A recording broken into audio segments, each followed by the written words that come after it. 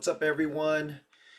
Welcome to my channel. I am back again in the 2021. It's been 1 year. It's been a year and a month probably since my last video. A lot has happened. I will talk about in another video, but I just wanted to get back on this. So welcome to all my Bitcoin and crypto junkies out there. So pretty much just getting back in to the YouTubes. Uh, and I wanted to talk about what's been happening in a bit with the whole market manipulation. There has been a massive amount of new investors coming in, very similar to 2016, 2017. Tons of people getting involved, and then, the big wigs just crashing that sucker, taking everyone's money. So, it's basically everyone buying at the top and taking all that money, and I'm sure a ton of people sold. They got the weak hands and sold a lot of their Bitcoin or cryptocurrencies when we went all the way down to 30,000.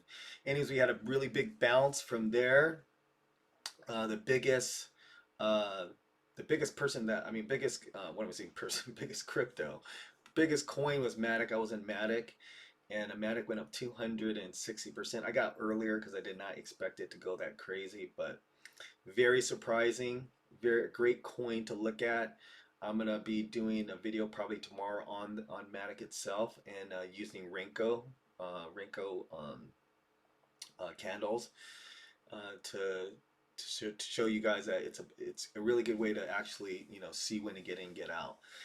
But anyways, going in right now, we're having a little bit of a pullback. We are currently at 37,882. So everything's pulling back a little bit, which is expected. I will be giving more of a technical analysis tomorrow as well. Today's just talking about, from the crash, the manipulation that's been going on. A lot of people have been going on and talking about the white cough. So that's what's been happening. And then Alessio Rastani, probably 2 months ago or a month and a half ago, already did a video when he was saying that we should be having a pullback, significant pullback, which that happened and went a bit lower than what he plotted out on his tape, but he totally scored that. So kudos to Alessio Rastani. But pretty much I want to just talk about, right after that happened, you got a lot of good news that came right back out. I'm going to go back into Goldman Sachs. They endorsed Bitcoin just recently, but back in 331, this was just a couple months ago. Goldman Sachs is close to offering Bitcoin and other digital assets to its rich private wealth management clients, report says. So that helped with, with Bitcoin and all the cryptocurrencies going up. Just the other day, I think it was yesterday, came out where right here, Goldman Sachs endorses it right here. Goldman Sachs endorses Bitcoin as new asset class. So that pretty much just jumped everything up and just solidified it. So they're just playing the whole media thing and just getting everything involved with, backing it for the reasons why it's going back up. But yeah, let's just look at this real quick. Key takeaways. Goldman Sachs has published a report about Bitcoin's potential. The report includes comments from several Goldman Sachs members, including head of digital assets Matthew McDermott, which, this guy's been working on getting the offerings ready so that the investors can buy Bitcoin and other cryptocurrencies. And Goldman Sachs launched a cryptocurrency trading desk for institutional investors earlier this month. Right here, financial giant Goldman Sachs acknowledged Bitcoin as a new asset class in comments made alongside a recent research report. So that's super big news.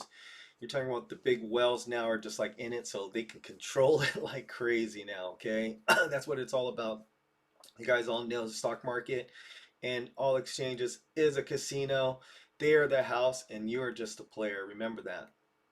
Okay, so this guy McDermott says Bitcoin is an investable asset. The report includes comments from Goldman Sachs members. He's the GS Global Head of Digital Assets. McDermott states that Bitcoin is now considered an investable asset. He added that Bitcoin has its own idiosyncratic risks due to its novelty and due to the fact that its price activity doesn't behave as expected when it is compared to other assets. So he's basically saying, be careful because this thing is volatile. McDermott continued to note that Bitcoin has tended to be more aligned with risk on assets. He also says that, clients are largely treating Bitcoin as a new asset class. Booyah.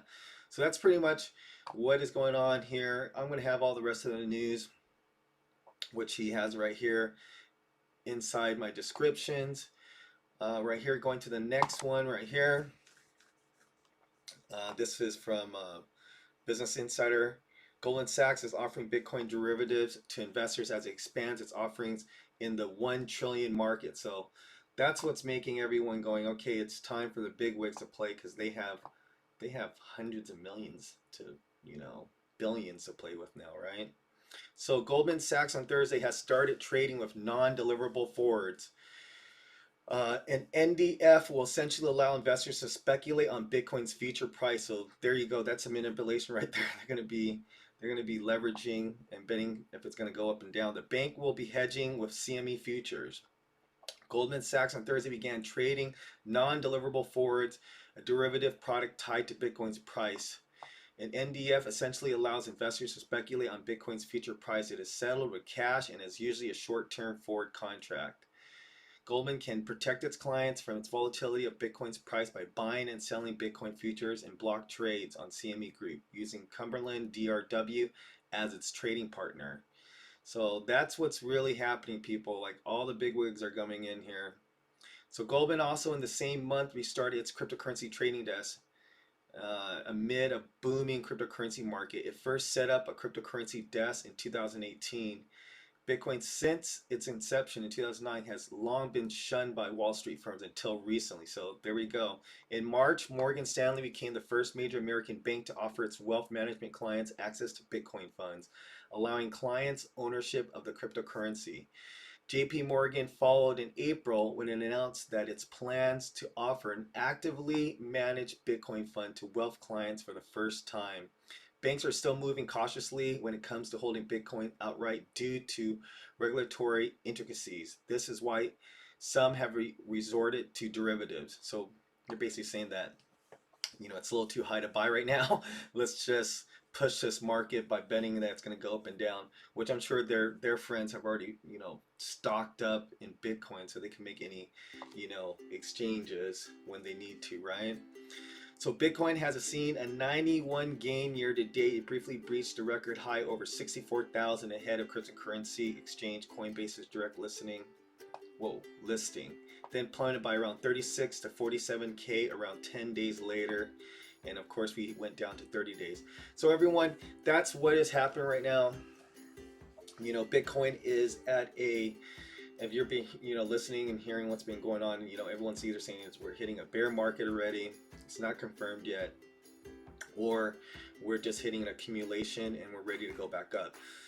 Right now, how I'm figuring it is that, there are gaps. I'm going to be reviewing the whole thing just on the gaps because I've been playing gaps since I started, leveraging and stuff. But pretty much the gaps are foretelling that, there's still gaps up to the top, going up to like past 50,000, and then there's gaps going all the way down to 9,700, which I believe that will be the flat line once we hit the bear market when we're really done. So anyways, everyone, I just want to say thank you for watching the videos. I'm back. I'm going to be trying to be doing dailies on this, and I'll do my best. So thank you so much. This is BTC Man out, and I will see you in the next video. Make sure to like and subscribe. Peace.